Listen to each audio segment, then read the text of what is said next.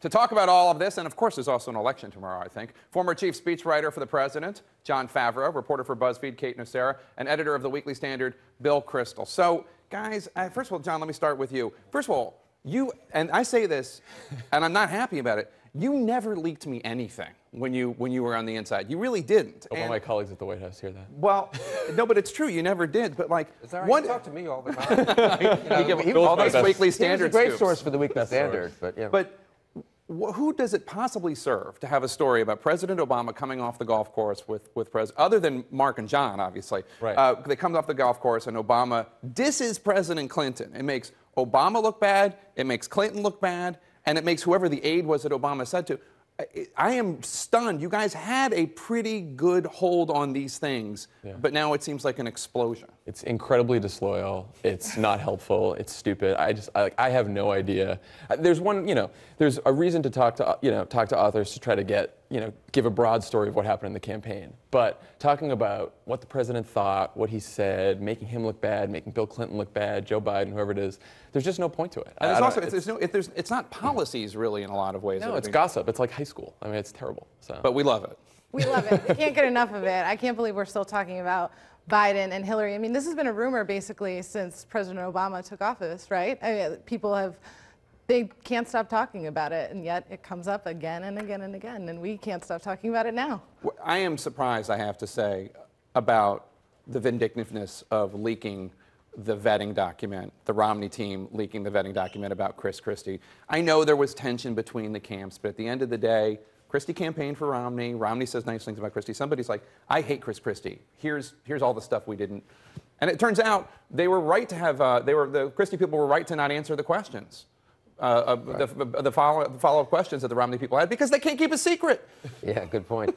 Yeah, no, the Christie thing is a little different because he's a guy who obviously is a leading possible presidential candidate for 2016. So it's one thing if you're in the second term of an administration, you leak stuff about what President Obama said last year. Well, he's not on the ballot again, and it doesn't really make much difference. And some aides who've left the White House or whatever. But the Christie thing is that little more purposeful. Maybe you could call it vindictive. Maybe some Romney aide thinks he's doing the country a service. I don't know. Oh, you're right. I shouldn't ascribe motive. You're right. I mean, maybe he's trying to help Christie get it all out ahead of time. In terms of the Obama White House, if your friends there, if they want to kind of continue being vindictive and leaking stuff, it's editor at weeklystandard.com. We'd be happy to have any more tidbits. Bill Clinton, next time Bill Clinton and President Obama play golf, anything with whatever whatever they each say when they get off the golf. I don't think there's going to be a next time. But there is but there is also a 2016 manifestation to this. A Democrat said something.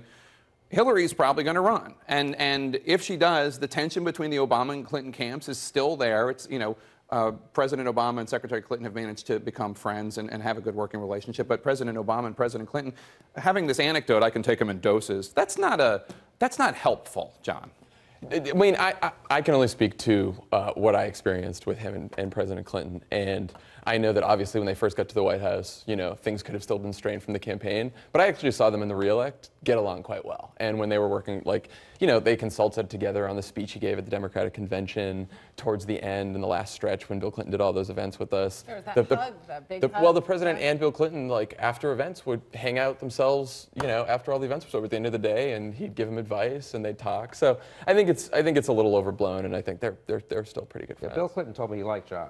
He can only take President Obama. He only can take President Obama in doses. But people like Favreau, he thought they was a good guy. By the way, young guy. Favreau in the book described as dashing. By the way, just an adjective in here, but dashing. So who knows if not a leaker. Who knows who a source was? Kate, let's turn to tomorrow's election instead of last year's. Tomorrow's election. Is there anything? I mean, obviously, governor's race in New Jersey, governor's race in Virginia. Mayoral race in New York City. Is there anything you're particularly looking at that you're going to be paying attention to? Yeah, well, tomorrow we're going to be looking at, Chris Christie probably going to win by a landslide. And I think that what a lot of people are looking towards to see if he can get that same momentum to go into 2016, if he can convince people. He said it, I think, the other day, this is a Republican winning by a lot in a very blue state. And there are lessons to be learned. Alternately, if we look at Virginia, Ken Cuccinelli is probably more likely going to lose. According to polls, right? Right, according to polls, a very conservative candidate, and so I think a lot of people are going to be watching and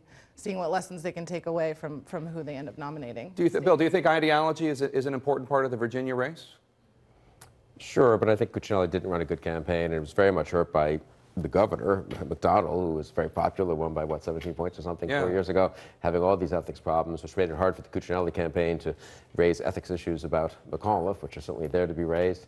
Cuccinelli has closed some, though, in the last week. I think, and now is running on Obamacare. He probably should have done that earlier. He's a big critic of Obamacare. He wants to limit the effect of Obamacare in Virginia. Terry McAuliffe embraced Obamacare. I think if this race closes down to 5-4 points, or even possibly a tie or a tiny Cuccinelli victory tomorrow, that will show how potent Obamacare is. But I'm told by people, I've talked to some people close to the Cuccinelli campaign, that they do think the Obamacare thing is now cutting in their favor. It may be a little too late, but I think he has an outside shot to nip McAuliffe at the end. John, one quick last word on Big Boy, as he's called in here, Governor Christie. You think he's the best one that the Republicans could put up in 2016? I think he is, if he can get out of that primary. I just don't know if he can. Not with I mean, tomorrow we'll find out if there's more Cuccinelli Republicans or more Christie Republicans in the party in 2016.